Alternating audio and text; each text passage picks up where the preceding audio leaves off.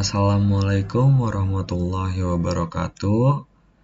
Izin memperkenalkan diri, nama saya Raffi Zakwan Eka Putra dengan NPM 2455061008. Di sini saya sebagai mahasiswa aktif dengan program studi Teknik Informatika, jurusan Teknik Elektro, Fakultas Teknik Universitas Lampung.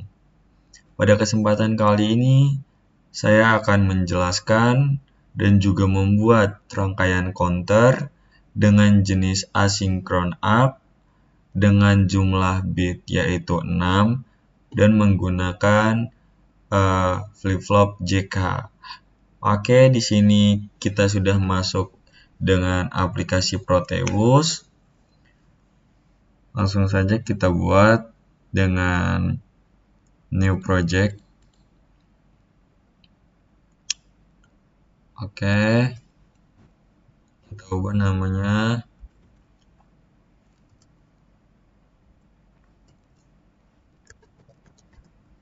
asynchron up counter. Oke, next,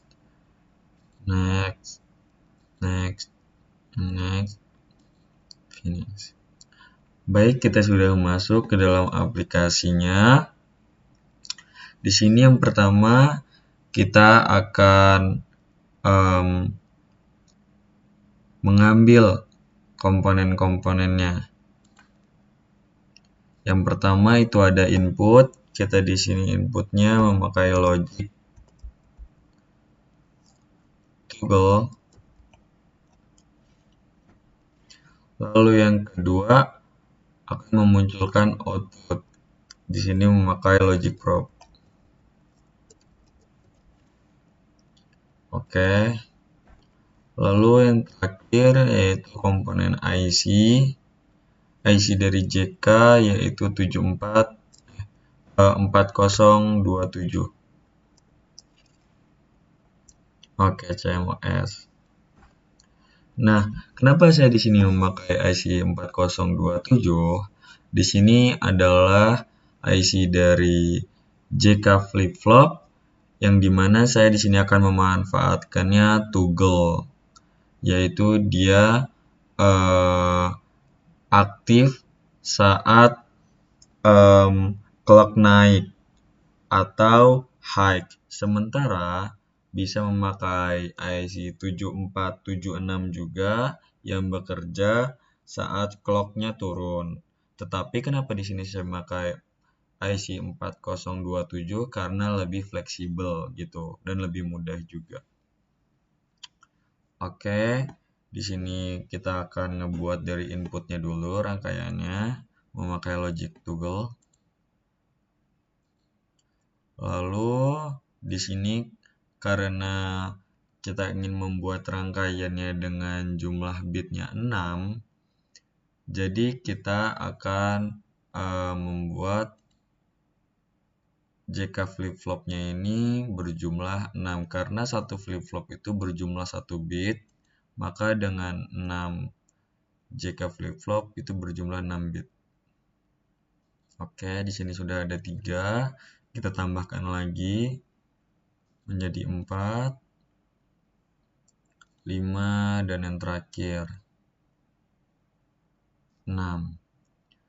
Selanjutnya sudah ada input dan sudah ada flip-flopnya. Yang terakhir yaitu output sebagai tempat keluarannya.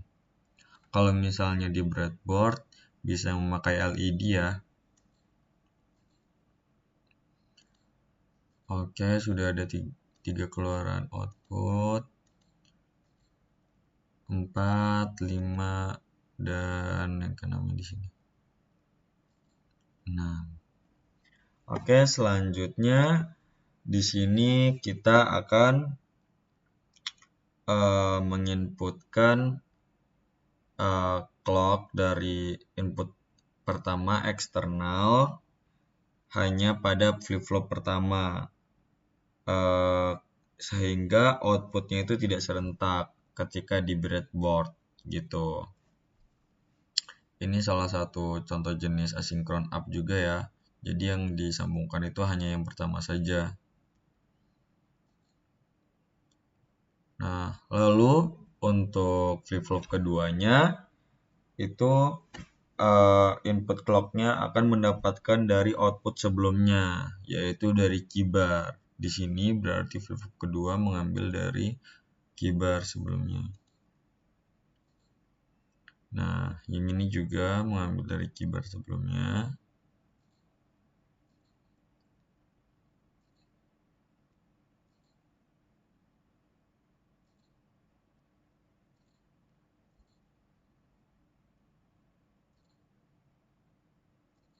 Oke, sudah tersambung ke keybar output sebelumnya untuk menjadi inputan dari clock flip-flop selanjutnya. Lalu untuk key itu akan dijadikan output ke logic probe sebagai tempat keluaran terakhirnya. Yang ini juga flip-flop kedua kita inputkan di sini. Maaf.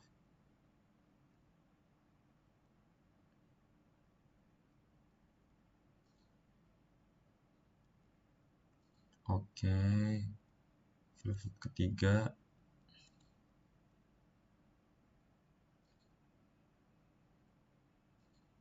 sudah tersambung ke output.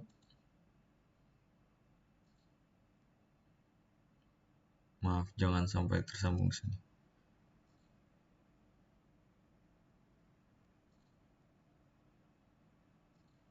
Oke, ini yang kelima.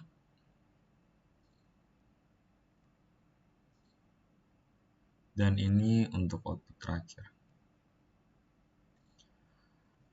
Perlu teman-teman ketahui, jadi untuk rangkaian counter dengan jenis asinkron up itu dia keluarannya berurut teman-teman dari biner 0 hingga 15, yaitu dari 000 hingga biner 15 1111. Selalu naik ya teman-teman. Lalu di sini kita membuat toggle-nya teman-teman dari JK-nya. Oke, kita sambungkan. Dan nanti akan kita sambungkan ke power. Kalau misalnya di breadboard, itu bisa kita sambungkan ke positifnya atau VCC-nya. Itu.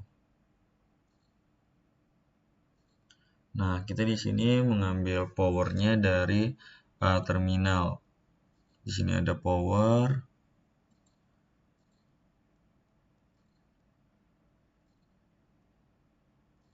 Kita masukkan powernya ke sini.